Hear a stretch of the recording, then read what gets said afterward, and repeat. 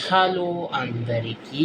ఈరోజు ఒక కొత్త వీడియోతో మీ ముందుకొచ్చాను.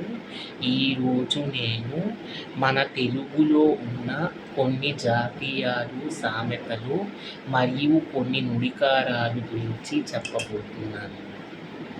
సో, మన తెలుగు భాషలో మనందరికీ తెలిసింది ఏంటంటే జాతీయాలు, సామెతలు నిత్య జీవితంలో సందర్భాలు బట్టి వాడుతూ ఉంటారు. సో, ఇవి వాడడం వల్ల ఒక సందర్భం ఉంటుంది, ఒక అర్థం కూడా ఉంటుంది. సో, ఎందుకు వాడతారు అంటే దీని కారణంగా వాడతారు. సో, సామెతలు, జాతీయాలు మరియు నుడికారాల్లోకి వెళ్ళిపోదాం. సామెతలు. పులిని చూసి నక్కను వాత పెట్టుకోవడం అంటే ఏమిటంటే పక్క వాళ్ళని చూసి ఎదగాలి అనుకుంటే మనమే నాశనం అయిపోతాం. తర్వాత కుక్క తోక వంకర అంటే మళ్ళీ అదే బుద్ధి. ఒక మాటు ఇప్పుడు కుక్క తోకని దాన్ని స్ట్రెయిట్‌గా ఉంచాలని చూసామనుకోండి, అది మళ్ళీ వంకరగానే ఉంటుంది. అలాగే ఎవరికి ఎంత చెప్పినా ఒక్కొక్క మాట వినకపోతే కుక్క తోక వంకర అని అంటారు. తర్వాత మూడోది చింత చచ్చిన పులుపు చావలేదు అంటారు. అంటే ఇప్పుడు మనకి ఏదైనా ఒక సంఘటన జరిగింది. దానివల్ల మనం బాధపడ్డాము. మళ్ళీ అదే సంఘటనలో మనం రిపీట్ అవుతున్నాం అనుకోండి, అలాంటి సందర్భాల్లో ఈ సామెత వాడతారు. అంటే ఇప్పుడు సపోజు ఎవరికైనా బీపీ వచ్చిందనుకోండి. బీపీ వచ్చి కింద పడిపోయారు కళ్ళు తిరిగి. సో, డాక్టర్స్ అడ్వైస్ ఇచ్చారు. ఎక్కువగా బయట ఫుడ్ తినొద్దు, ఎక్కువగా ఉప్పు తినొద్దు అని. మళ్ళీ అదే రిపీట్ చేసుకుంటాం. సో, అలాంటప్పుడు ఇది వాడతారు. చింత చచ్చినా పులుపు చావలేదు అని. సో, అది. ఫోర్త్‌ది మంత్రాలకు చింతకాయలు రాలవు. అంటే ఏమిటంటే ఇప్పుడు నేను ఇక్కడ కూర్చొని ఏదో మంత్రం చదివితే నాకు ఇక్కడికొచ్చి చింతకాయలు ఎవరు తీసుకొచ్చి ఇవ్వరు. పైగా మా ఇంటి దగ్గర ఒకవేళ చింత చెట్టు ఉన్నా కూడా చింతకాయలు వాటంతట అవే రాలవు. చింతకాయలు రాలాలంటే కష్టపడి కర్ర తీసుకొచ్చి కొట్టాలి. తర్వాత ఐదోది ఇంటింటికి మట్టి పొయ్యి. అంటే ఏమిటంటే పూర్వం అందరి ఇళ్లల్లోని మట్టి పొయ్యిలే ఉండేవి. ఎవరి ఇళ్లల్లోని బంగారు పొయ్యిలు ఉండేవి కాదు. సో, ఇప్పుడు ఎవరింట్లోనైనా కష్టాలొచ్చినా అనుకోండి, ఎవరికైనా చెప్పుకున్నారనుకోండి, ఇంకా వాళ్ళకి ఇంకేమీ దొరకక, పరిష్కారం దొరకక ఎవరికైనా చెప్పుకున్నారనుకోండి, చాలామంది అనే మాట, ఇంటింటికి మట్టి పొయ్యి. ఇవాళ ఈ కష్టాలు మీకు, రేపొద్దున్న ఈ కష్టాలు మాకు కూడా ఉంటాయి అని. ఇది. ఆరోది కుక్కలు చింపిన విస్తరి. అంటే పనికిమాలిన బ్రతుకు. అంటే ఆ బ్రతుకుకి ఇంకా ఇది ఉండదు, వ్యర్థం. అలాంటి బ్రతుకు బ్రతకడం కన్నా ఉండకపోవడమే మంచిది. సో, దీన్ని కుక్కలు చింపిన విస్తరి అంటారు. తర్వాత ఏడవది ఇది చాలామందికి ఈ జాతీయం నచ్చదు. కాకపోతే మన తెలుగు భాష అలాంటిది. ఏమిటి అంటే తీర్పాక్షార్థం అంటారు. అంటే ఏమిటంటే ఇప్పుడు చాలామంది పూజలు తీరిగ్గా చేస్తూ కూర్చుంటారు ఒక్కొక్క మాట. ఏమిటంటే 12కి దీపం పెడతాము, 1 నైవేద్యం పెడతాము, 2కి భోజనం చేస్తాము అంటే అప్పుడు అంటారు సందర్భాన్ని బట్టి తీర్పాక్షార్థాల్లాగా ఈ పూజలేమిటి అని అంటారు. సో, అలాగా తెలుగులో ఇదొక జాతీయంగా చెప్పచ్చు. అంటే తద్దినం ఎప్పుడు పెట్టాలి? ఎవరు పోయిన తిథి నాడు తద్దినం పెట్టాలి. అంతేగాని తీరిగ్గా పెడతాను అంటే దానికి ఏమైనా అర్థం ఉంటుందా? సో, అలాగా ఈ జాతీయాన్ని కొన్ని సందర్భాల్లో ఉపయోగిస్తారు. తర్వాత ఎనిమిదోది ఇంట్లో దీపం పెట్టడం. అంటే ఇప్పుడు ఎవరికైనా మనం ఉద్యోగం వేయించామనుకోండి, అనరు వాళ్ళు. ఉద్యోగం వేయించారని అనరు. మా ఇంట్లో దీపం పెట్టారు అంటారు. అంటే దీపం పెట్టడం ఏమిటి? ఒక నూనె దీపంతోటి 100 నూనె దీపాలను వెలిగించవచ్చు. అదే ఒక విద్యుత్ బల్బు దీపంతోటి ఒకటే వెలుగుతుంది కాబట్టి సో, అది ఒక్క దీపమే వెలుగుతుంది. అలా కాదు కదా నూనె దీపము. ఒక దీపము మనం ఒత్తితో వెలిగించామనుకోండి, అదే మనం 100 దీపాలు ఆ దీపంతోటే వెలిగించొచ్చు. ఒక్క ప్రమిదితోటే 100 దీపాలు వెలిగించొచ్చు. సో, అలాగా ఇంట్లో దీపం పెట్టడం అంటే ఎంతమంది ఇల్లు నింపాము, వెలుతురుతో నింపాము అని అర్థం. సో, ఇది ఇంట్లో దీపం పెట్టడం. తర్వాత 9వది కుక్క తోకను పట్టుకుని గోదావరిలో ఈదినట్లు. అంటే అసమర్థుడి సలహా తీసుకుంటే మనమే మునిగిపోతాం. ఎవరైనా కుక్క తోకను పట్టుకుని గోదావరిలో ఈదడం సాధ్యమవుతుందా అండి? అవ్వదు. ఎందుకంటే కుక్క తోకే అసలు వంకరగా ఉంటుంది. దాన్ని పట్టుకుని మనం గోదావరిలో ఈదామనుకోండి, మనం ఎక్కడికో వెళ్ళిపోతాం. సో అలాగా. 10వ అక్క చుట్టమైతే లెక్క చుట్టమా అని. డబ్బు దగ్గర చుట్టరికాలు పనికిరావు. కంటే మనకి రక్త సంబంధం చుట్టం. కానీ ఎక్కడైనా అప్పు తీసుకున్నామనుకోండి, అక్కడ మనం అక్క గురించి మాట్లాడితే ఎవ్వరు మనల్ని ఇది చేయరు కదా! ఓదార్చరు కదా! అదే డబ్బు దగ్గర చుట్టరికాలు పనికిరావు. 11 ఈతకు లోతు లేదు. అంటే బ్రతకడం నేర్చిన వాడు ఎక్కడైనా ఎలాగైనా బ్రతుకుతాడు అని. సో ఇది 11. 12 ఉడకేసుకుని తిని తడకేసుకుని పడ్డట్లు. అంటే బద్ధకిష్టుడి లక్షణంలో ఈ సామెత వాడతారు. అంటే కొంతమంది సోమరిపోతుగా ఉంటారు. ఏ పని చేయకుండా అలా ఊరికే కూర్చొని తింటూ ఉంటారు. సో అలాంటి వాళ్ళకి ఈ సామెత వాడతారు. ఉడకేసుకుని తిని తడకేసుకుని పడ్డట్లు. సో ఇది. సో 13 పూస విడిచిన పాము. అంటే చలాకీతనం. మనిషి ఎలా ఉంటాడు? చలాకీతనంతో ఉంటాడు ఒక్కొక్క మాట. నా పుట్టినరోజు నాడు నేను పూస విడిచిన పాములా ఉన్నాను. సో ఇది ఒక జాతీయం. 14 ఉడితలో పడ్డ ఎలుక. అంటే ఎటూ రాకుండా బయటికి కదలలేక, లోపలికి వెళ్ళలేక మధ్యలోనే నలిగిపోవడం. దీనికే ఎగ్జాంపుల్‌గా ఇంకొక సామెత చెప్పారు. ముందు నుయ్యి వెనక గొయ్యి అని.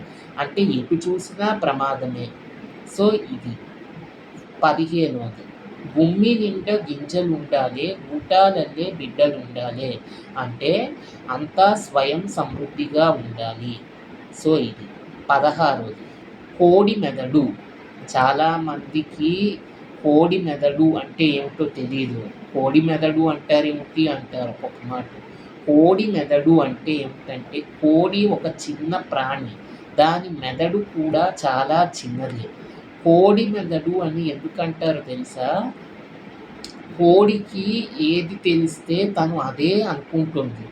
అంతేగాని ఇంకా ప్రపంచం ఏమీ తెలుసుకోలేదు. అలాగే ఒక మనిషి తను తెలుసుకున్నదే కరెక్టు, మిగతా వాళ్ళు చెప్పేదంతా తప్పు అనుకునేవాడి మనసుని కోడి మెదడు అంటారు. సో ఇది. 17 నల్లికుట్లవాడు. అంటే ఏమిటంటే పైకి బాగా మంచిగా నటిస్తూ, లోపల తను చేయవలసిందంతా చేస్తూ, అంటే ఎవరి మీదైనా పగ పెంచుకుని, అహంకారం పెంచుకుని ఉంటారు కదా కొంతమంది సమాజంలోని. సో అలాంటి వాళ్ళని నల్లికుట్లవాడు అంటారు. అంటే నల్లి అనేది ఒక చిన్న ఇది చిన్న పురుగు లాంటిది. అది పూర్వకాలంలో బోలెడు ఉండేవి ఎక్కడ పడితే అక్కడ మంచాలల్లోని కట్టాను. ఇలా ఇప్పుడు మనకి దోమలు ఎలా ఉంటున్నాయో అప్పుడు నల్లి కూడా అలా ఉండేది ఎక్కువగాను. ఎక్కడ పడితే అక్కడే. అప్పుడు పట్టిడి మంచాలని మంచాలు ఉండేవి. ఇప్పటికీ మా ఇంట్లో ఒక పట్టిడి మంచం ఉంది. అలాంటి పట్టిడి మంచాల రంధ్రాలలో నుంచి దూరిపోయి మనుషుల్ని కరుస్తూ ఉండేది ఆ నల్లిలు. సో కొన్నాళ్ళు పోయాక ఎంతో కష్టపడి చాలామంది చాలా రకాల మందుల ప్రయోగాలు చేసి నల్లిని చంపేశారు. ఇప్పుడు కూడా ఎక్కడో ఒకటో రెండో కనిపిస్తూ ఉంటాయి. కానీ నేను మాత్రం ఎక్కడా చూడలేదు. సో దాన్ని నల్లికుట్లవాడు అంటారు. అవి పైకి బాగా ఇలా ఉంటాయి. కానీ లోపల మాత్రం ఒక రకంగా అవి ఇబ్బంది పెడుతూ ఉంటాయి. అంటే మళ్ళీ దాన్ని మనం కొట్టలేము. ఇప్పుడు దోమల్ని కొట్టినట్టు నల్లిని కొట్టలేము. అది మన మీద వాలుతుంది. మనం ఇలా చెయ్యి పెట్టి కొట్టేసరికి ఎగిరిపోతూ ఉంటుంది. సో అది నల్లికుట్లవాడు అంటే.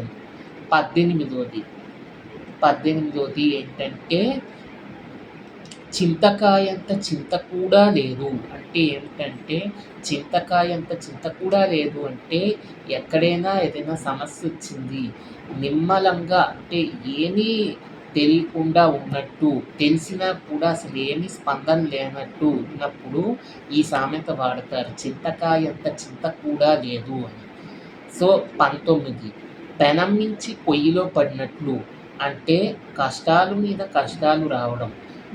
ఇప్పుడు పెనం మీద దోసలేసామనుకోండి, అది కాలుతూ ఉంటే ఆ వేడి మనం దోసలు తీసి ప్లేట్‌లో వేసినప్పుడు ఆ వేడి వెళ్ళి పొయ్యి మీద పడుతుంది. సో, అంటే ఒకటి అసలు పెనం మీద దోసలేస్తున్నాం వేడి మీద అసలేమో. అందులో అదొచ్చి పొయ్యి మీద పడుతుంది ఆ వేడి. సో, కష్టాల మీద కష్టాలు రావడం. సో, అది. 20ది ఊపస్థ మండూకం. అంటే ఇవాళ రేపు చాలా మందికి అప్లికబుల్ ఇది. ఎందుకంటే ఎక్కడికి వెళ్ళలేక, ఎవరితోని కలవలేకపోతున్నారు కొన్ని కారణాల వల్ల. ఊపస్థ మండూకం అంటే ఒక కప్ప ఉంటుంది. ఒక కప్ప బావిలోని తిరుగుతూ ఉంటుంది. బావిలో తిరుగుతూ అనుకుంటూ ఉంటుంది, నేనే ప్రపంచమంతా తిరుగుతున్నాను, మిగతా వాళ్ళు తిరగట్లేదు, నాకే ప్రపంచమంతా తెలుస్తుంది కానీ ఆ కప్పకి తెలీదు తను ఉంటున్నది ఒక చిన్న బావిలోనని. బయటకొస్తే ప్రపంచం ఇంకా బాగా అద్భుతంగా కనిపిస్తుంది అని. సో, ఇది 21ది. తర్వాత 21ది ఏంటంటే పిల్లి కళ్ళు మూసుకొని పాలు తాగడం. ఇప్పుడు ఒక పిల్లి కళ్ళు మూసుకొని పాలు తాగుతూ ఉంటుంది. తను అనుకుంటుంది ఎవ్వరు చూడట్లేదు అని. కళ్ళు మూసుకున్న వాళ్ళకేం తెలుస్తుంది బయట అందరూ చూస్తున్నారు అని. సో, అలాగా తప్పు చేసేవాళ్ళు అలానే ఆలోచిస్తారు, ఎవ్వరు నన్ను చూడట్లేదు అని. కానీ పైన భగవంతుడు అనేవాడు చూస్తూ ఉంటాడు. సో, అది. 22ది ఎవరో ఈ సామెతను బాగానే సృష్టించారు. కాకపోతే ఇది అందరికీ వర్తించదు.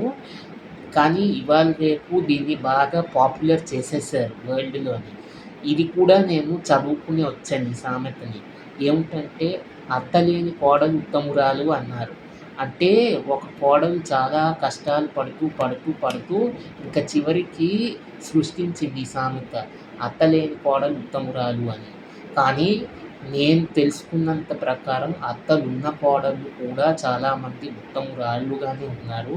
అత్తగారు, కోడలు ఇద్దరూ తల్లి కూతుళ్ళలాగా సంతోషంగా అనురాగాలను పంచుకుంటున్నారు.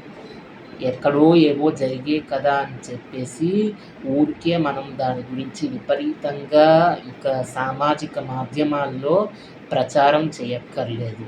ఈ సామెతని కూడా నేను చిన్నప్పుడు చదువుకునే వచ్చాను. సో, ఇది. 23ది పరులకు హాని చేయగోరువారు తామే చెడిపోతారు. అంటే ఇప్పుడు ఎవరికైనా మనం అన్యాయం చేయాలని చూసామనుకోండి, సపోజ్ ఎవరి డబ్బులైనా తీసుకుని తినాలనుకున్నామనుకోండి, మనకి వాళ్ళ డబ్బులు మనం తీసుకున్నామనుకోండి అన్యాయంగా, మనకి వాళ్ళ డబ్బుల కన్నా ఎక్కువ నష్టం వస్తుంది. ఇప్పుడు ఒకళ్ళ దగ్గర రూ. 100 అన్యాయంగా తీసుకొని తిన్నామనుకోండి, మనకి పెనాల్టీతో సహా రూ. 200 శిక్ష అనుభవించేటట్టు పడుతుంది. సో, అలాగా. సో, ఇది. 24ది ఎవరు తీసుకున్న గోతిలో వాళ్ళే పడ్డం. అంటే ఇప్పుడు ఒక దగ్గర ఎవరో పడిపోవాలని మనం బాగా పెద్ద గొయ్యే తవ్వాము. కానీ వాళ్ళు పడరు. ఎప్పుడెప్పుడు మనం వెళ్తాం కదా ఆ దారిలోని, మనమే పడిపోతాం. అంటే మన మరణాన్ని మనమే కోరి తెచ్చుకుంటున్నాము. సో, ఇది. 25ది ఊరు దూరమైంది కాడు దగ్గరమైంది అంటారు. ఇది చాలామంది వృద్ధాప్యంలో వచ్చే మాట ఇది.